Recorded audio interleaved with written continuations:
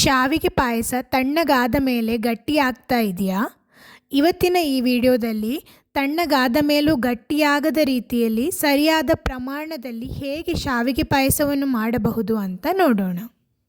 Hi, ಎಲ್ಲರಿಗೂ ನಮಸ್ಕಾರ. MTR roasted ವರ್ಮಿಸೆಲ್ಲಿ ಅನ್ನೇ ತಗೊಳ್ತಾ ಇದ್ದೇನೆ. ಇದೀಗ 1 ಕಪ್ ವರ್ಮಿಸೆಲ್ಲಿ ತಗೊಳ್ಳೋಣ.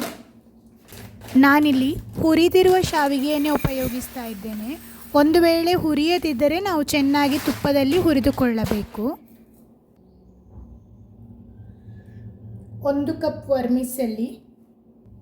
ಮೊದಲಿಗೆ ನಾನು 1 ಕಪ್ ಶಾವಿಗೆಗೆ 2 ಕಪ್ ನೀರನ್ನು ಹಾಕಿ ಬೇಯಲು ಇಡ್ತಾ ಇದ್ದೇನೆ. ಇದು 3/4 ಭಾಗ ಬೇಯಲಿ. ನೀರು ಕುದಿಯಲು ಶುರುವಾಯಿತು. ಒಮ್ಮೆ ಚೆನ್ನಾಗಿ ಮಿಕ್ಸ್ ಮಾಡಿ. ಶಾವಿಗೆ ಬೇಗನೆ ಬೇಯುತ್ತದೆ. ಒಂದು 5 ನಿಮಿಷ ನಾವು ಇದನ್ನು ಬೇಯಿಸಿದರೆ ಸಾಕು.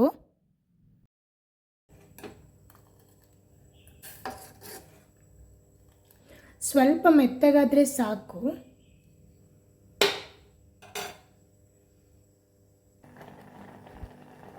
ಇದೀಗ ಮೆತ್ತಗಾಗಿದೆ, ಸಾಧಾರಣ ಬೆಂದಿದೆ. ನಾನೀಗ ಗ್ಯಾಸ್ ಆಫ್ ಮಾಡ್ತಾ ಇದ್ದೇನೆ. ನಾವೀಗ ಈ ನೀರನ್ನೆಲ್ಲ ತೆಗಿಬೇಕು. ಶಾವಿಗೆಯನ್ನು ಬೇಯಿಸಿರುವಂಥ ಈ ನೀರು, ಇದರಲ್ಲಿ ಸ್ಟಾರ್ಚ್ ಅಂಶ ಇರುವುದರಿಂದ ನಮಗೆ ಶಾವಿಗೆ ಪಾಯಸ ತಣಿದಾಗ ಅದು ಗಟ್ಟಿಯಾಗ್ತಾ ಬರ್ತದಲ್ವ, ಇದೇ ಕಾರಣದಿಂದ ನಾವೀಗ ಇದನ್ನು ಬೇಯಿಸಿದ ಶಾವಿಗೆಯನ್ನು ತೆಗೆದು ಒಂದು ಬೇರೆ ಪಾತ್ರೆಗೆ ಹಾಕಿಕೊಳ್ಳೋಣ. ಈ ನೀರನ್ನು ನಾವು ಚೆಲ್ಲಬೇಕು. ಈ ನೀರನ್ನು ಯೂಸ್ ಮಾಡಬಾರ್ದು. ಈ ರೀತಿ ಮಾಡಿದಲ್ಲಿ ಶಾವಿಗೆ ಪಾಯಸ ತಣಿದರೂ ಗಟ್ಟಿಯಾಗುವುದಿಲ್ಲ.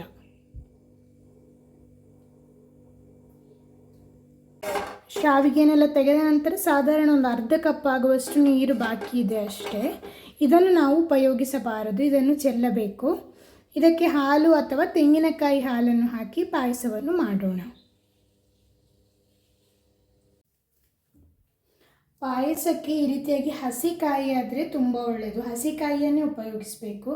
ಆವಾಗ ನಮಗೆ ತೆಂಗಿನಕಾಯಿ ಹಾಲು ಸ್ವಲ್ಪ ಧಾರಾಳವಾಗಿ ಸಿಗುತ್ತದೆ. ನಾನು ತೆಂಗಿನಕಾಯಿಯನ್ನು ತುರಿತಾ ಇದ್ದೇನೆ.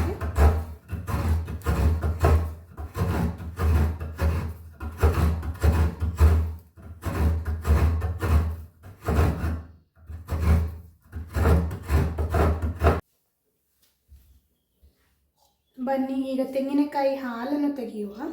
ತೆಂಗಿನಕಾಯಿಯನ್ನು ನಾನು ನೀರು ಹಾಕಿ ನುಣ್ಣಗೆ ರುಬ್ಬಿಕೊಂಡು ಹಾಲನ್ನು ತೆಗಿತಾ ಇದ್ದೇನೆ.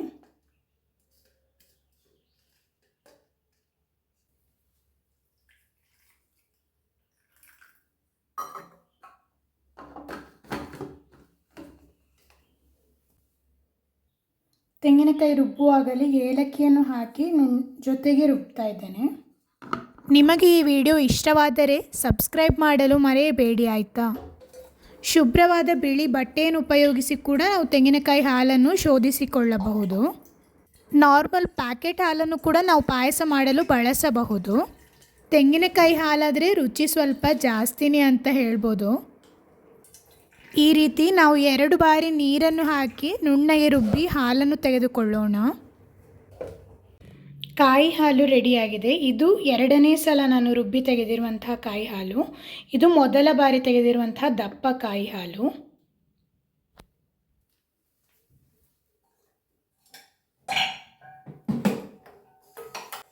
ನಾನೀಗ ಬೇಯಿಸಿದ ಶಾವಿಗೆಗೆ ನೀರು ಕಾಯಿ ಹಾಲನ್ನು ಹಾಕಿ ಕುದಿಯಲು ಇಡ್ತಾ ಇದ್ದೇನೆ.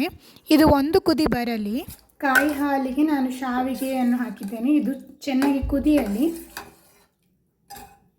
ಜೊತೆಗೆ ನಾನು 1 ಕಪ್ ಆಗುವಷ್ಟು ಬೆಲ್ಲವನ್ನು ಕೂಡ ಹಾಕ್ತಾ ಇದ್ದೇನೆ. ಸಕ್ಕರೆ ಕೂಡ ಬಳಸಿಕೊಳ್ಳಬಹುದು. ಬೆಲ್ಲ ಕೂಡ ಕರಗಲಿ.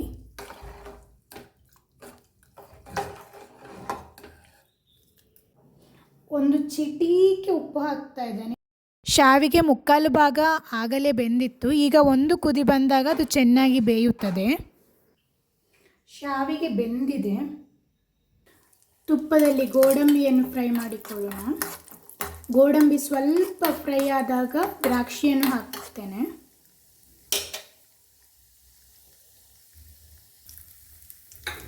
ಈಗ ದ್ರಾಕ್ಷಿಯನ್ನು ಹಾಕ್ತೇನೆ.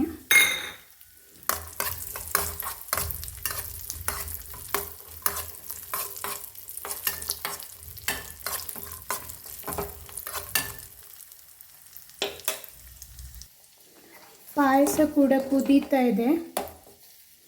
ಈಗ ಮಂದ ಕಾಯಿ ಹಾಲನ್ನು ಇದಕ್ಕೆ ಹಾಕಬೇಕು. ದಪ್ಪ ಕಾಯಿ ಹಾಲನ್ನು ಇದಕ್ಕೆ ಹಾಕ್ತಾ ಇದ್ದೇನೆ. ಇನ್ನೀಗ ಇದು ಒಂದು ಕುದಿ ಬಂದರೆ ಸಾಕು, ಜಾಸ್ತಿ ಕುದಿಯುವ ಅವಶ್ಯಕತೆ ಇಲ್ಲ. ಪಾಯಸ ರೆಡಿ ಆಗ್ತದೆ. ಬೆಲ್ಲ ಹಾಕಿದ ಸೇಮಿಗೆ ಪಾಯಸ. ಈಗ ಗೋಡಂಬಿ ದ್ರಾಕ್ಷಿಯನ್ನು ಹಾಕುವ. ಒಂದು ಕುದಿ ಬಂತು, ಗೋಡಂಬಿ ದ್ರಾಕ್ಷಿಯನ್ನು ಹಾಕಿದ್ದೇನೆ. ಗ್ಯಾಸ್ ಕೂಡ ಆಫ್ ಮಾಡಿದ್ದೇನೆ. ರುಚಿಯಾದಂತಹ ಬೆಲ್ಲ ಹಾಕಿ ಮಾಡಿದ ಸೇಮಿಗೆ ಪಾಯಸ ರೆಡಿಯಾಗಿದೆ. ಎಷ್ಟು ಸುಲಭ ನೋಡಿ. ಈ ರೀತಿ ನಾನು ಹೇಳಿದ ಟ್ರಿಕ್ಸನ್ನು ಉಪಯೋಗಿಸಿದರೆ ತಣಿದಾಗಲೂ ಸೇಮಿಗೆ ಪಾಯಸ ಗಟ್ಟಿಯಾಗುವುದಿಲ್ಲ. ನೀವು ಒಮ್ಮೆ ಟ್ರೈ ಮಾಡಿ ನೋಡಿ. ನಾನಿಲ್ಲಿ 1 ಕಪ್ ಶಾವಿಗೆಗೆ 1 ಕಪ್ ಬೆಲ್ಲವನ್ನು ಉಪಯೋಗಿಸಿದ್ದೇನೆ. ಸಿಹಿ ಸ್ವಲ್ಪ ಜಾಸ್ತಿ ಬೇಕು ಅಂತಿದ್ರೆ 1.5 ಅಥವಾ 2 ಕಪ್ ಬೆಲ್ಲವನ್ನು ಕೂಡ ಉಪಯೋಗಿಸಿಕೊಳ್ಳಬಹುದು. ರುಚಿಯಾದಂತಹ ಬಿಸಿ ಬಿಸಿ ಸೇಮಿಗೆ ಪಾಯಸ ರೆಡಿಯಾಗಿದೆ. ನಾನು ಹೇಳಿದ ಈ ಟ್ರಿಕ್ಸನ್ನು ನಿಮ್ಮ ಮಿತ್ರರೊಂದಿಗೆ ಕೂಡ ಶೇರ್ ಮಾಡಿ. ಧನ್ಯವಾದಗಳು.